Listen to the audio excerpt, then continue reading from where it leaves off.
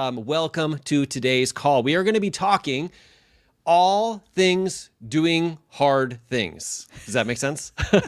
We're going to make it easy for you to do hard things. I don't know if that even makes sense, but it 100% will. We're going to share some of the things that we do that are unconventional, that are a little bit different than the norm. Because here's the thing, if we want something different, we have to do something different. And if we've been trying things over and over and over again, and it's not working, it doesn't have anything to do with us. It just has to do with what we are trying. So guys, have you ever had trouble doing hard things? Now, this can really be with anything. It could be with your health and fitness. It could be being the parent that you truly want to be. Today, we're really going to be talking about leaning into your business, because your business, I believe, is here to make a huge impact. It's here to help a ton of people, and you can't do that if you kind of hide behind the keyboard. You don't do the things that you know you need to do, and we're going to have a way that's going to help you get past that. So guys, welcome to Modern Leadership, where we help entrepreneurs like you see the world differently. We help you excel both in your personal and professional life without having to sacrifice family time or burning yourself out. And how we do that is normally on short videos on Mondays and Thursdays and longer episodes on the weekend like today, where we can help guide you through this in a workshop style manner. Now, here's the thing. When we talk about doing hard things, I want to bring up some of the things that might be popping up for you, just in case this is happening, all right? Number one is, when you want to share your message with the world, is it hard to put together that podcast, that post, go live on video? I mean, what are people going to think? What are they going to say? What happens after you hit that go live button and you make a mistake, right? Well, the truth is, you probably have seen already 17 mistakes made by me, and we're still trucking on, right? I think a lot of people actually want to see that you're human and that you make mistakes. But how do you get yourself to do those things, to lean into that, right? To be the leader that the world needs, to hear your message? We're going to be talking about that today. But how about this? How about inviting people to take the next step with you? Whether it's you are inviting them to join your program, whether it's you inviting them just to have a conversation to see what their problems are, to see if you can actually help them solve it. It takes some conversation, and sometimes we can talk ourselves out of it. We can even make decisions for other people. And it's very painful when I think about that. How many different decisions did I make for other people by not sharing this with them that inevitably could have been changed forever? When I think about the coaches out there who are, making a huge impact in the world, when I think about what life coaching has done for me, and then I'm keeping that back from somebody else, it kind of starts to hurt a little bit, because I have to be willing to get uncomfortable to invite people to do these things in order for them to even have an opportunity to make a decision on their own if this is right for them. Or how about just having difficult conversations with other people?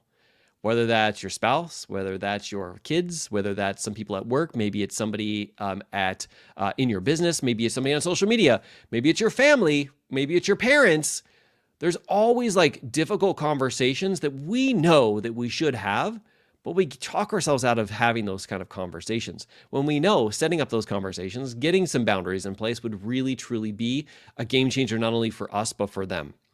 Now, I have to let you know that the reason why we do this is kind of the reason why we procrastinate, is because we have a human brain, all right? It is the way that it's supposed to work. It's supposed to keep you safe, all right? It's supposed to not get you to do the hard things so you can do all the things in the past.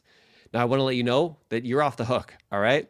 But now when you become aware of what we're going to be talking about here today and the 10 uncommon ways that we can get ourselves to do hard things, now it's time to bring awareness to when this does happen. And instead of talk yourself out of it, talk yourself into it. So today, once again, I have my beautiful co-host, also my wife, Teresa, who is here. So pumped that she's on. And what we're going to be doing is we're going to be sharing 10 uncommon ways that we get ourselves to do hard things. Now, here's the thing. I said uncommon because what most people do is they force it. They push it. They say they need more discipline. They say, I got to beat myself up over and over and over again until I do this right? There's something wrong with me. And all of those couldn't be further from the truth. Now, that might actually help some people. Some people might be like, you know what? I just tell myself to do it and I just go out and do it. And the level that I'm doing it at is an awesome level, right? Because sometimes when we force ourselves to do it, we're kind of not doing it to the best of our ability. But if you're the kind of person where you're like, I got this all taken care of, this is not the video for you. But for everybody else, including me, including Teresa, including thousands of people that I coach one-on-one, those kind of strategies don't work. And it's time to find a new one. And that's what we're going to do today. So Teresa, welcome back to our channel. How you doing? Thanks. I'll always be here, by the way. Okay. You will. You will always be here. Okay. So let's And do this. Let's dive into these. Now, as we go, of course, this is a recorded workshop. So for everybody who hears live, and I see a lot of you beautiful people who are here, a lot of my push coaches. By the way, we just finished a practicum this morning where several of them were tested as a life coach and they succeeded and they passed. I'm super proud of every single buddy who's here. Who passed. Great job, guys. But as you go, we want to hear questions as we kind of like bring this these ideas up.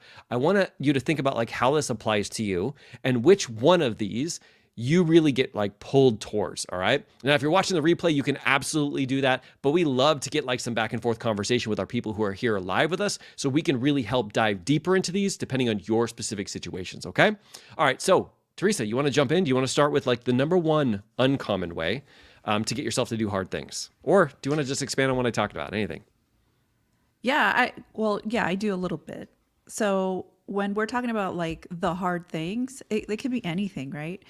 We talk a lot about business, but this could be in our personal lives too. So what if there's like a tough conversation you need to have with someone? That's something that, sometimes we convince ourselves not to do because it is going to make us feel uncomfortable. So just these are some of the things that you can apply to pretty much anything in your life. So some more than others, but just like have that in the back of your mind. Like take some of these and know that you can apply to anything that you feel is going to be difficult for you to do. Cool. All right. Okay. So let's jump into number one. You're going to say something. You're up. All right, let's No. jump in then. Okay, so number one is imagine your success. Do some visualization. So this is really hard for people even to do this. It's hard for people to do because people are scared to dream. And I can relate to that because I almost felt like if I dreamt it, it wouldn't come true, if that makes sense. So I didn't want to kind of like put my dreams out there or kind of like visualize what my life could be like.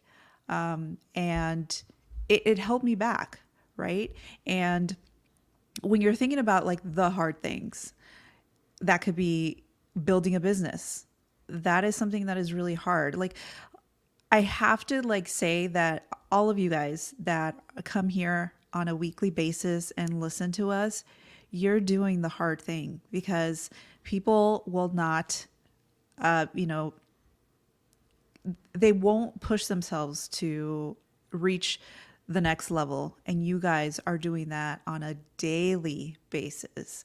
So, kudos to you guys. But like there are also times where you just have to like dream big, and visualizing your success is something that can really push you forward. And this is like a habit, something that you can do on a daily. It could be something that you can put into your routine where maybe it's right after you write your journal, even before your journal, or it could be part of your journaling, and just imagining like what it would be like to, achieve whatever it is that you want to achieve. So visualization is really, really important. And I'm sure Mark has talked about this before of how he kind of visualized our success, and not just like in our business, but like what he wanted like our relationship to look like, what he wanted our relationship with our kids to look like. Yep. I love that. I love it. One of the things that kind of like pops into my mind is not only when I'm actually coaching people and I help them begin with the end in mind by actually like looking at what the end result is going to be, but you can even do this like before you do a hard thing, whether you're, let's say, for example, you're getting on stage, or you're about to do a sales presentation, or you're about to, help somebody on a one-on-one call, is being able to visualize what the future could potentially be. Because it's kind of like we get to run through it right now so that we can, in the process, design like what it's going to be like. And it's actually going to take some pressure off of us. So give you an example. So if I'm about to give a huge presentation in front of like 1,000 police officers all over the world, right? I can actually sit down beforehand and visualize what it's going to look like how I'm going to come across, like what kind of impact this is going to make. The people who, maybe not everybody's going to like connect with it, but the people who are going to connect with it, how that's going to affect them and their families, right? How are they going to be better police officers, better with their kids and with their family? And what I can do is I can actually visualize it. and then go out and create it, right? Because if I don't visualize it, it's very hard to kind of like create it in that specific without beginning with the end in mind, right? And so that's what I always try to do. I try to do it for long term and short term. An example for long term would be like if you were to go out 5 years from now, paint a picture of what your life would look like when you continue to grow your business. You create this life of freedom for yourself. All of these things that you're able to hit, like your goals, like literally paint me a picture. I did this with one of my one-on-one clients last week where I'm like, no, tell me what happens. So when do you wake up? Okay, where are you when you wake up? Like, who are you by? What are some of the things you're doing today? What are some things you're not doing today? And what happens is when you start to visualize it and you're like, I can actually picture it, it makes you willing to go through those hard things because you're like, this is not a big deal because I have this thing that I'm actually going to be able to accomplish, right? And when we take it away from us, which you'll see is a lot about today, right? Because when we think about like doing hard things, we're just thinking about us. And I know it's kind of like weird to think this, but it's actually a selfish feeling because you want to avoid fear, you want to avoid humiliation, you want to avoid all those like feelings in your body, which is just a feeling in your body, by the way. There's really no, like, you're usually not in danger in any way. But because we want to like avoid that, we stop doing those hard things. And instead, when we can make it mean about somebody else, the vision of the future, what we want to create, it will 100% flip the switch for us. And now we'll be focused on the specific thing that we're actually out there to create, okay? So there we go.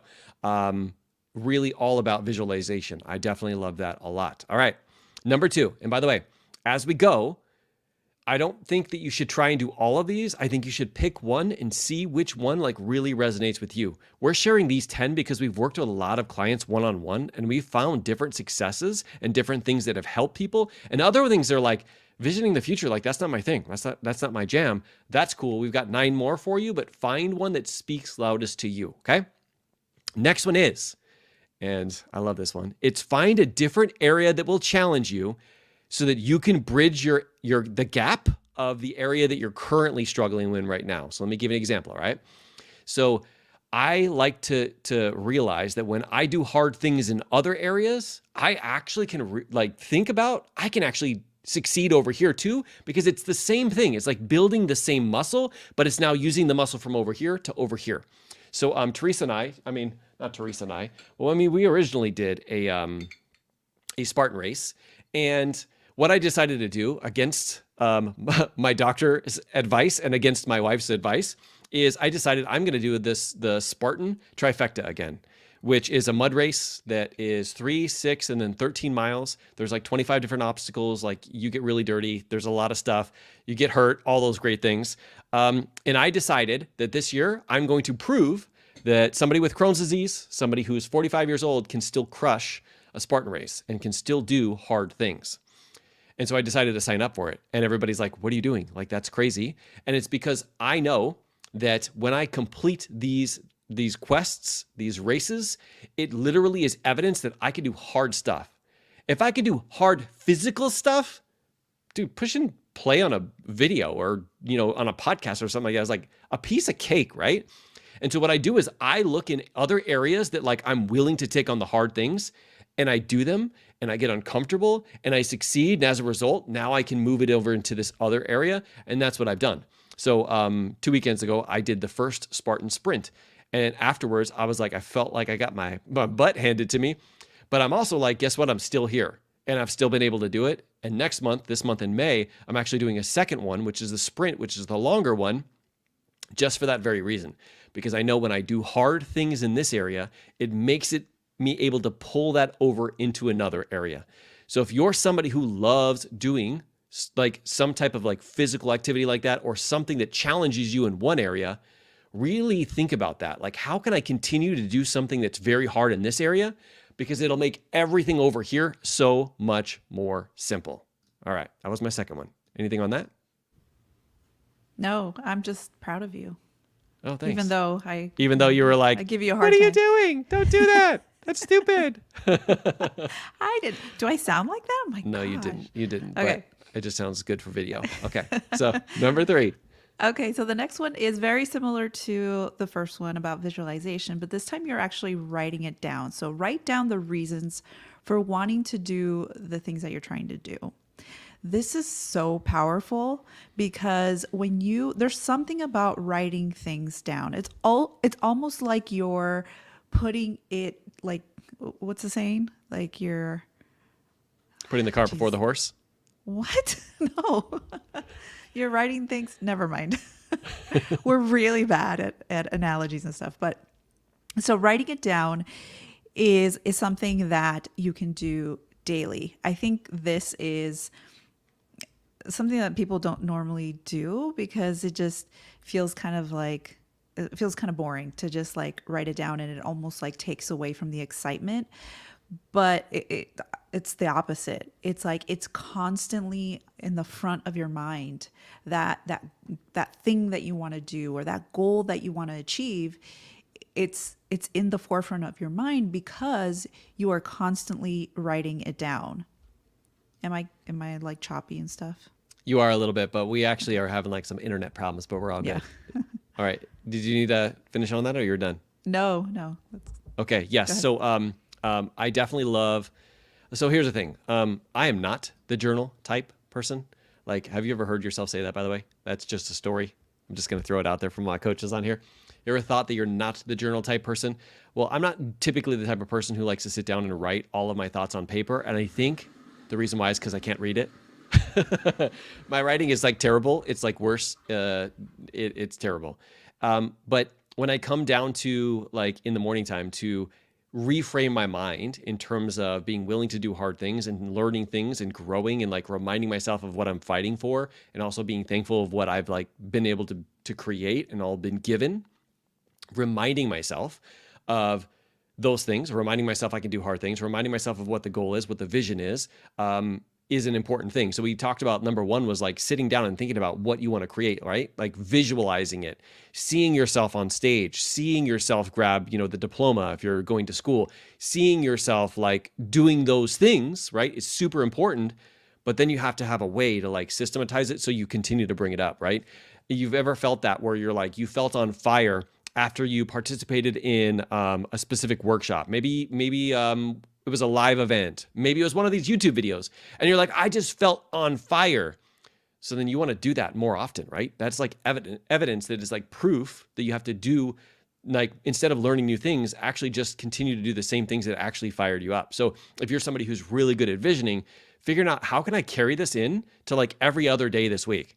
And what you do is you start to write it out. You start to remind yourself every morning. And by doing that, it will get you to like lean in and really continue to take massive action. Michelle says for me, when I write it down, it takes it from my head and puts it out into the real world, 100%. Like this is one thing that Michelle knows about because she's one of our coaches in our life coach certification. But when you are having a conversation with somebody, even if like you've had the conversation in your own brain, when it comes out, whether it's verbal or written, and you look at it and you go, this doesn't make any sense, it's super helpful to actually do that, right? Because if it's all in our mind, sometimes it makes total sense. And then when we say it or when we write it down, it's like, yeah, I imagine that to be totally different than what it does, right? As a matter of fact, like, I don't think that's actually a good idea for me to do, right? Because we've said it and because we've written it down. So there's many other benefits to doing that. Thank you for bringing that up, Michelle. Okay, number two, we kind of talked about it, or number four, actually, for me. We kind of talked about it a few minutes ago, and that is like to make it about the other person. Okay, make it about the other person.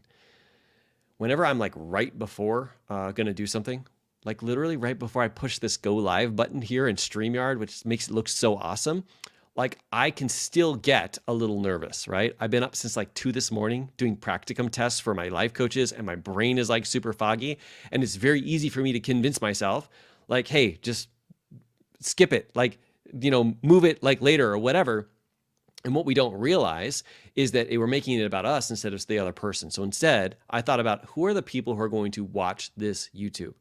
Who are the people who are going to actually lean into our message today? Who are the people who are going to look at this and go, I can do hard things. I know this is possible for me. And as a result, they're going to have their lives changed forever. So whenever I think about things and I'm getting a little nervous about to get on stage or training or whatever, I remind myself of the other person on the other end. And it takes it away from me, takes the heat away from me, and now gets me to think of like the impact that I'm going to make in other people's lives. So whenever you do have this fear mechanism that comes up, start asking yourself, like, how can I make it about the other person?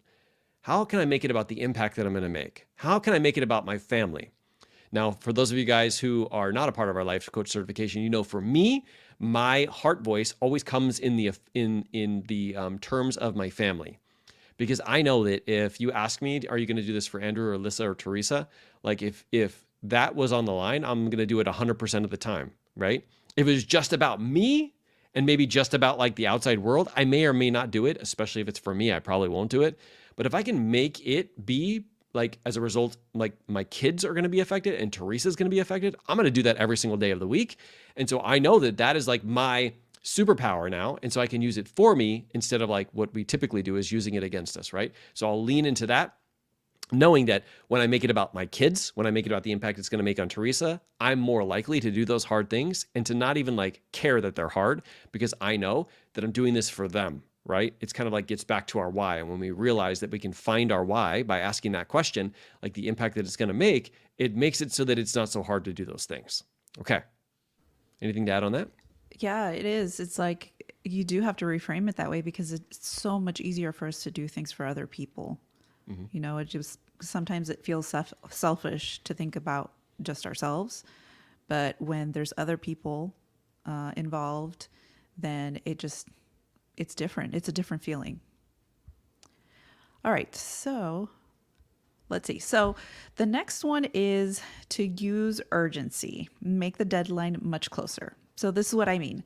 When we have all of this time, if let's say there's a lot of time in between, you know, you deciding to do something hard and then the actual thing that you need to do, move that deadline closer, because urgency really pushes people to do hard things. If you have all of this time to convince yourself not to do it, to make yourself nervous about it, like anxiety comes in. But if you shorten that time frame, if you shorten that deadline for yourself, it can really create this different energy that will help you with that. It'll help push you further. It's always really, it's kind of like, it's a mind game, really, because sometimes it's like, it's an arbitrary thing, because nobody is really moving the deadline for you. It's just you, right? It's just you trying to get yourself to do things. And these are just like tips to get you motivated to do that. But it's really all about the mindset. And I usually do this when it's something like really important, because I want to make sure that I'm in the right frame of mind, that I'm not talking myself out of it, that I'm not feeling that anxiousness that can build up and can really paralyze me. So I always try to make it where, okay, I am just going to make this like a Band-Aid, you know, just let it just hurt a little bit really quick, but then, you know, you're going to feel so much better about it. 100%. Like one of the things that Amber brought up is she says urgency breeds creativity, and she's 100% right. So our mentor, Josh Coates, talks a lot about this. And this was a game changer for me when I was working my network marketing business. So early on, when I first became an entrepreneur, by the way, a little bit of a side note. So next week, Teresa and I are actually going to go through the process of from when we became security officers to working, me as a full-time police officer and her working in corporate in a hospital, to becoming full-time coaches who have the freedom to do it wherever we want to right now. We're actually going to be sharing our story. We've never really done that. Like a lot of people ask us and we're like, I don't know why, but like we're going to actually be doing that next week. So if you're somebody who wants to, whether it's leave a job, whether it's create some kind of freedom, create this amazing business, coaching business or not, join us next week, because we're going to dive into that. But one of the things that I remember getting taught in the beginning of my network marketing business was, if you have a monthly goal, how many of you guys have a goal by the end of the month to do something where it's hit a certain number of sales, get a number of recruits? And then what happens is you don't do anything until the last 3 or 4 days. And you're like, oh my God, I got to do so many different things. And then you create this, like you have this urgency, and then you get creative and you send a million messages, and you have you finally get somebody to sign up. By the way, when I stopped doing my network marketing business, I had 110 months in a row of what's called Success Club, where every month I get a certain number of people. And I can't tell you how many times it was like the last 2 or 3 days that made those 110 months happen. But here's what Josh reframed. He's like, what if instead of making it a monthly goal, what if you broke it down and you made it a weekly goal? So instead now, in the last week of the month, you can get 10, 20, 30 different people to buy your program or your product. How about if we just made that a week? How about if every week we said, your goal is 10 to 15 people? And what that did, it totally reframed it for me. Because like on Friday, I'd be like, I got to get to work. I got to get to work and I got to do this now. I got to get these people to like see that I can actually help them, right? And it would make me to do more content, to reach out to more people. And it got me to do harder things than I would have if I had just said, by the end of the year, right? Yes, like there is some awesome stuff to think about like 5 years or a year out, but then you reverse engineer it into the actions that you take and you reverse engineer it into the quarterly or monthly goals. That is what can give you that urgency. And you don't realize it, but it, like Teresa says, it's just in your mind, but I can't tell you what it produces on the outside, right? So asking yourself, how can I can move my goal up quicker is going to like get you to do those more uncomfortable things. I mean, when I signed up for the trifecta for the Spartan race, it was still like 3 or 4 months ahead. Like it wasn't 3 or 4 months until I was going to do it. And I was like, this isn't a big deal. By the way, that's the best time to sign up for something is like when it's like 3 or 4 months away, because you can't talk yourself out of it. It's so easy. It's like, I'll do this. I got it. I'm going to crush this, right? But if it's next weekend, it's like, oh my God, like what should I don't think I'm ready for this, all this kind of stuff, right? So I signed up 3 or 4 months in advance. And then when it got closer, then now I'm like, okay, I got to get my gear. I got to do all this kind of stuff. But I'd already made the decision 3 or 4 months ahead, 3 or 4 months ago. But as it got closer, it started to create this kind of urgency. So how can you create that kind of urgency in your business, in your goals, with your like impact that you're making, and make it not like an awkward, like kind of stress on you? Notice I didn't say, oh my God, I'm going to suck as a business owner if I don't do this. No, I'm like, I need to impact people's lives. Like I need to go out there and I need to get people to see if I got to find out first off if this is going to help them. If so, like I need to like help them take this step so that they could forever change their life like I did. And when I did that, it started to create this level of urgency that got me to hit the goals weekly and not monthly. And of course, that helped me inevitably to transform not only my business, but also like think of the speed that you learn when you're out there doing those things. The more often you're doing it, you're going to learn much better. You're going to know how to talk better. You're going to know how to coach better. And by doing that, it actually helps you become better, faster, and go further. So that was a really, really great one. So adding urgency. All right. My next one is I always have these thoughts and it's like, I can't perfect it until I do it first, because you can never improve in action. I used to say this on my podcast all the time, right? You don't get better by consuming, you get better by acting. Because once you do that thing, then you can perfect it. My brain tries to tell me like, Mark, you have to perfect it first. It has to be good first. It has to be perfect. Everything has to be set up. All the back end stuff, all the front end stuff. Like you have to have everything done before it gets started. And the problem with that is like, we're never going to be able to see where the holes are until we throw it out into the world. If you look back at our YouTube videos and our podcasts from 10 or 11 years ago when we first started, they were way worse than they are now. And we had to throw it out there to actually figure out like, oh, maybe I should get some lights. Oh, you know what? Maybe I should get some camera. You know what? Maybe I should have some notes, right? So, but none of those things would have happened if we hadn't just thrown it out there, right? So when I think about this, I always go back to, Mark, you can't perfect it from it being in your brain. You can only perfect it by putting it out there into the world. And the more often that I put it out there in the world, the more that I can perfect it so I won't have any problems with it in the future, right? So these are some of the thoughts that I program in here whenever I'm about to do something hard or I'm about to say, maybe I can push this off. I'm like, wait, nope, I have to do it first in order to perfect it. It doesn't get, like, you can't improve in action. You can never get it any better, right? And that's why I throw it out there and I learn from it and I grow from it and it helps make me better in the process. All right. You're up. I love that. Nice. Okay, so the next one is to change up your environment. So have a different location or change your workspace. So this is kind of when you're trying to do some type of project or you're trying to sit down and work and do like the really hard things that you don't necessarily like to do in your work, or they're just like maybe time consuming. When you change up your like the vibe of where you're at, it can really change your mood. It can change the way you start to think about things. It's kind of related to, or it's very similar to urgency. Like Amber said, urgency breeds creativity. I also feel like changing your environment can breed creativity as well. Maybe going to a coffee shop, maybe just going to a different room in your house, just changing that environment can make a huge difference. I have done this in the past where, I mean, we have a coffee shop right across the street from our house. And, even the process of just getting ready and getting our laptops ready and just like knowing that we're going to be in a different place, it just changes things. So we have been super productive, even though like the environment can be a little chaotic sometimes, like at a coffee shop, especially if it's busy.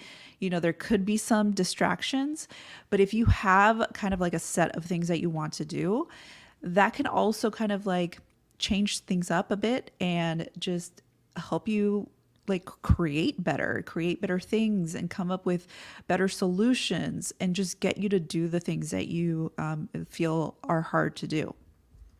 Yes. One of the things that kind of like comes to mind with that too is like, if you've ever had brain fog or you've ever had those moments where like there's nothing you can do, like you can't get your kids to be quiet and they keep talking in the background and it's like frustrating you.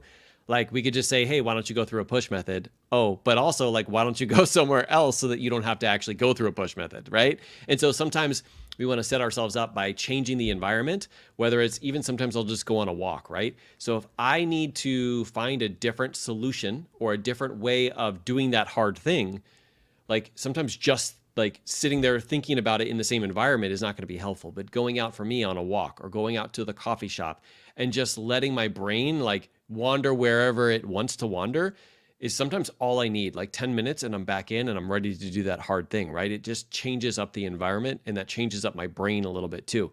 So if you're somebody who you're constantly doing things in the same exact place, try this.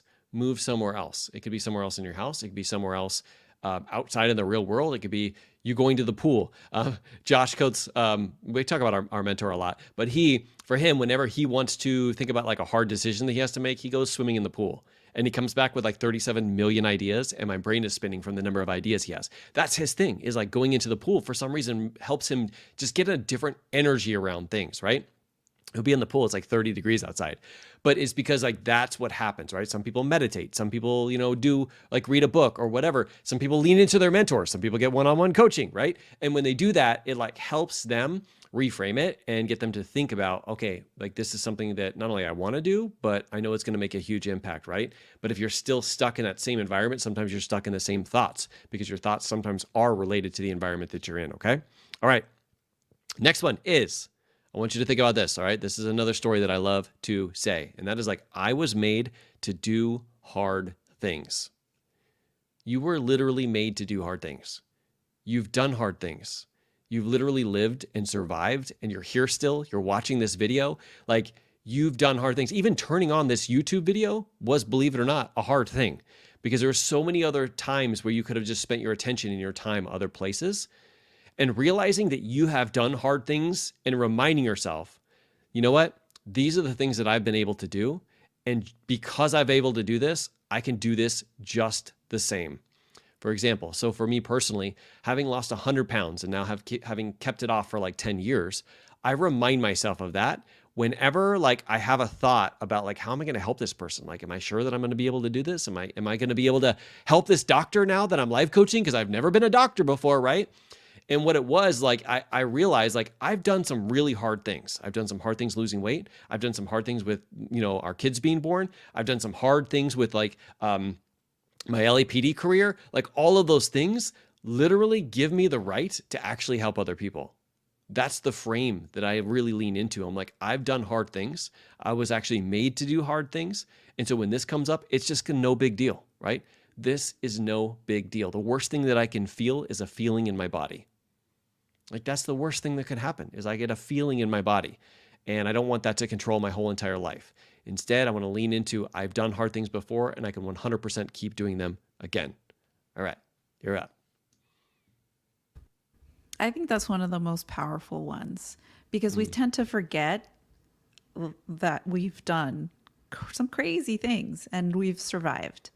So, bringing that back to the surface and thinking about how you've already done some really incredible things can really, really, push you forward.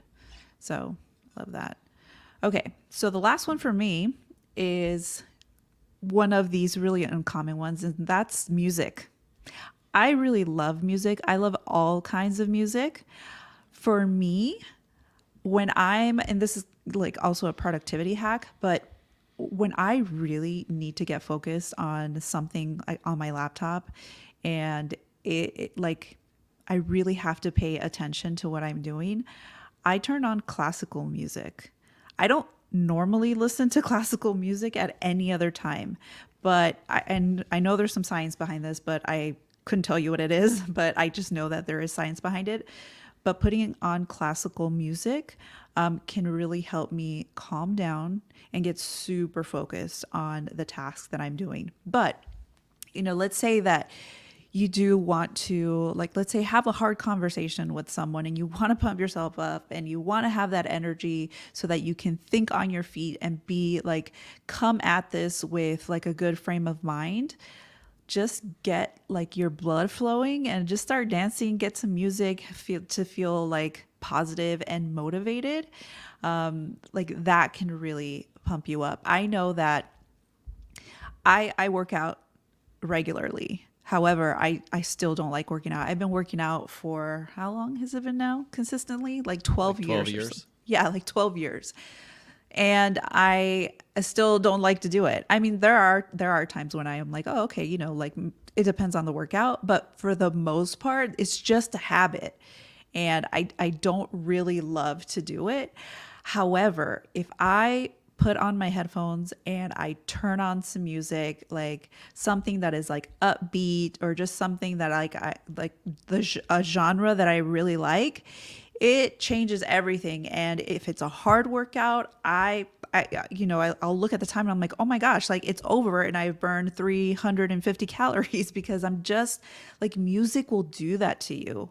And I think that's like a perfect example of how this works because, working out is difficult and, with the mindset and just physically. So putting on some music can really help. Yeah, I love that. I love it. Love it. And when she says classical music, she means like Dr. Dre, Snoop Dogg, Tupac. Yeah, don't pretend like you're always listening to classical music, Miss Classical. And also we have DJ Kane Legacy. So you guys don't know, but behind the scenes, Kurt, our main man here at Modern Leadership, he actually has his own show, which is like the most amazing show on the planet. That's what I listen to while I'm working out, and the same exact thing happens. Where literally I'll be listening to one of his mixes and I'll look up and I'll be like, what just happened? Because like the workout is like entirely done, right? So if you guys, we'll figure out a way of getting you guys the link if that's something that really gets you to get after it. But that music piece is so important. I actually remember like last week or 2 weekends ago when I was on the Spartan race, like literally somebody was just carrying a speaker. Because when you do hard things, when you're like crawling under barbed wire and you're getting into the mud and you have to put your head under the mud in order to get to, like, you need to have something to motivate you, right? So they were just literally carrying a speaker. They were like bumping stuff. So that way it made them feel more comfortable, not more comfortable, but willing to do those hard things. So I definitely love the idea of music. Okay. All right, guys. And this one is number 10. All right. And I think this is one that's going to be super helpful for a lot of people who are here because this is the one that I think, not that I think, that I know can really hurt people when it comes to doing hard things. And that is like comparing your behind the scenes to other people's highlight reels. So this is the reminder for those of you who have a business that's on social media, who maybe have some mentors, maybe look up to people, maybe see people who have a lot of podcasts, a lot of videos, a lot of followers, a lot of great things going on. We can very easily start talking ourselves out of doing things because we are comparing our behind the scenes to their highlight reel.